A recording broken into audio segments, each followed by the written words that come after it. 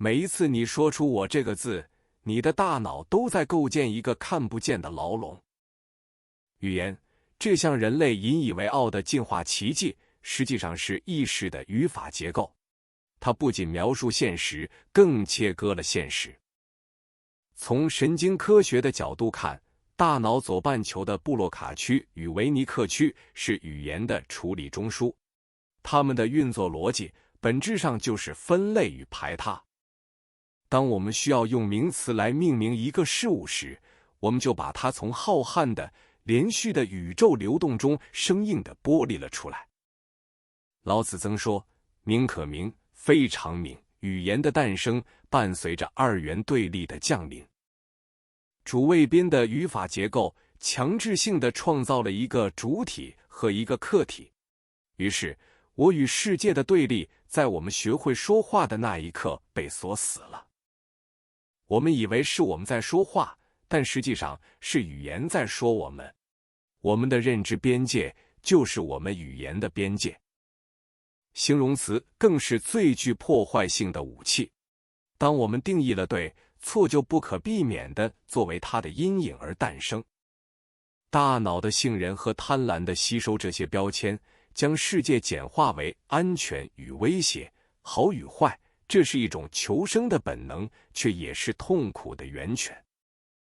我们活在一个由概念编织的虚拟实境中，我们触摸不到真实的雨水，我们只触摸到了雨这个词。对错是大脑为了节省计算资源而发明的演算法。宇宙本身没有道德，没有对错，只有如是的发生。当我们执着于我是对的，我们的大脑会释放多巴胺，这是一种成瘾机制。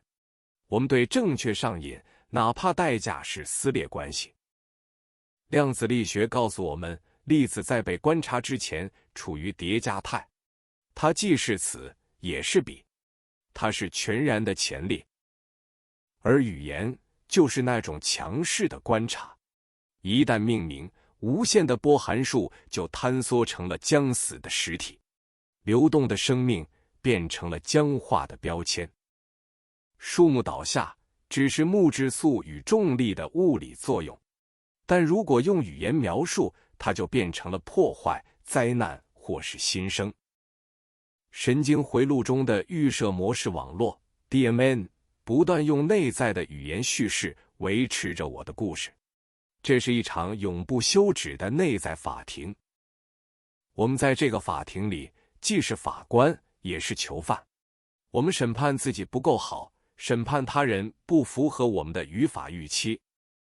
禅宗说，言语道断，心行处灭。当我们试图用语言去捕捉真实，真实就已经溜走了。语言只是指月之指，但我们却悲哀地将一生都耗费在研究这根手指的形状与结构上，而忘记了抬头看月亮。只要我们还在用二元对立的语法来思考，我们就永远无法走出痛苦的迷宫，因为迷宫的墙壁就是语言本身。语言不仅切割了空间，也伪造了时间。语法中的过去式与未来式是焦虑与抑郁的温床。大脑的海马回与前额叶皮层合作，将记忆的碎片编织成对未来的恐惧。而这种编织必须依赖语言的叙事线。自然界没有时态，鸟的飞翔没有过去式，树叶的飘落没有未来式。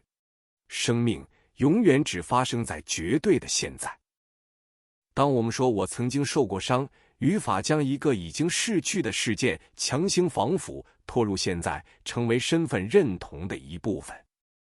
真正的疗愈不是在语言的层次上重构一个好的故事，而是彻底退出这种语法结构的编织。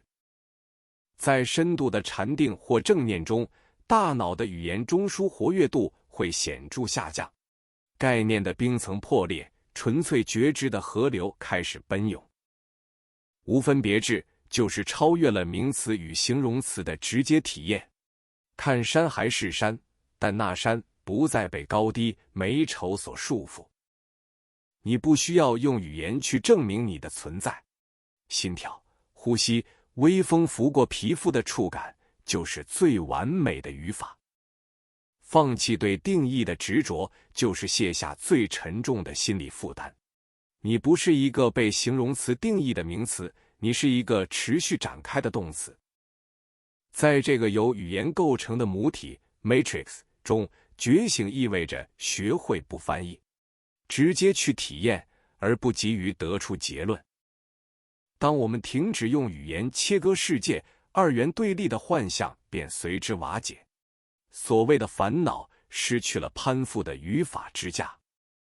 神经可塑性表明，当我们减少评判性的内在对话，大脑的杏仁核会收缩，前额叶的抑制功能会放松，我们进入了流动态。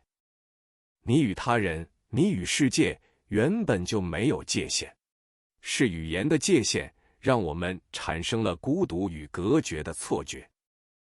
回归老子所说的朴，那是一块未经语言雕琢的原木，它没有名字，却包含了一切雕像的可能。我们总是试图通过更多的语言来解决语言制造的问题，这就像是用火去灭火。真理不在下一句话里，真理在语言与语言之间的缝隙里，在那份广阔的沉默之中。放下对正确的执念，允许自己成为一个没有结论的谜。宇宙也是一个没有结论的谜。当不再用语言切割好与坏，你的内在将诞生一种深邃的包容。痛苦依然存在，但它不再是敌人，而是一场能量的流动。这就是意识的进化，从被语言奴役到驾驭语言，最终安住于无法言说的绝对实相之中。现在，让我们逐渐放下大脑里的词典，准备进入一场没有语法的深度休息。闭上眼睛，将注意力带回你的呼吸。每一次吸气都不需要名词，每一次呼气都不需要形容词。感觉空气进出你的身体，这是一种纯粹的物理体验，没有对或错，只有存在。如果在你的脑海中出现了文字的声音，不要去与之争辩，也不要去分析，把它们看作是水面上偶然泛起的泡沫。泡沫升起，泡沫破灭，而你是那片深邃、宁静、没有语言的深海。允许自己沉入这个没有标签的空间，在这里没有应该，也没有必须。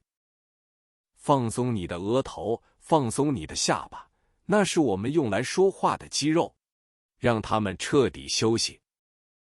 大脑的语言中枢正在关闭，逻辑的防线正在消融，你正在回归最原始的完整与安宁。